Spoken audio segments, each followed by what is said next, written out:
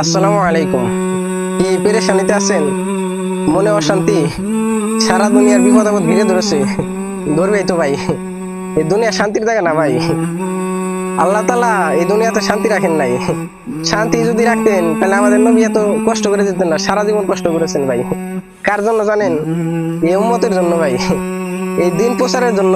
হ্যাঁ ও ভাই, আপনি আমি এই দুনিয়ার মহব্বতে আবদ্ধ আছি, আখিরাত ভুলে গেছি।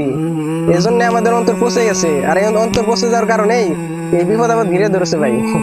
আখিরাত বলতে যে এক জিন্দগি আছে, আখিরাতে যে আল্লাহর সামনে দাঁড়াতে হবে, তা ভুলে গেছি ভাই। হ্যাঁ, এই জন্যই প্রত্যেক নবী আসছেন প্রত্যেক উম্মতের কাছে, যে তোমরা যা কিছু করতেছো না, এই ফল কিয়ামতের দিন ভোগ করতে হবে, আর আল্লাহর কাছে এগুলোর জবাবদিহি করতে হবে। ও ভাই, আপনার কাছে আমার কাছে কে আসবে বলেন? কেউ আসবে? আসবে না ভাই। আমাদের জন্য একটাই পথ আল্লাহ রাখছেন ভাই, কোরআন রেখে দিয়েছেন আল্লাহ।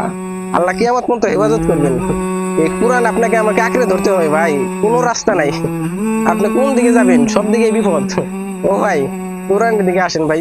এই কোরআনে আল্লাহ মহব্বত করে বলছেন, কিন্তু দেখেন ইউনূসের মধ্যে ৭ নম্বর আয়াতে আল্লাহ তাআলা বলছেন যে যারা নাকি এই দুনিয়া নিয়ে ব্যস্ত, অর্থাৎ এই দুনিয়ার মহব্বত নিয়ে ব্যস্ত, দুনিয়ার ভালোবাসা নিয়ে ব্যস্ত, যারা আখিরাতে আমার সাক্ষাতের আশা করে না, যারা আমার আয়াত সম্পর্কে বেখবর, তাদেরকে আল্লাহ কি বলতেছেন? তাদেরকে আল্লাহ তাআলা বলতেছেন যে ৮ নম্বরে আল্লাহ তাআলা বলতেছেন যে তাদেরকে খবর দেন যে তারা যেন জাহান্নামের জন্য প্রস্তুত থাকে, আর ওইটাই তাদের জন্য কর্মফল। কেন জানেন? এই যে আমরা দুনিয়া নিয়ে ব্যস্ত। ও ভাই আসুন, এগুলো বাদ দিয়ে দুনিয়া ভাই করতেই হবে, মাস্ট।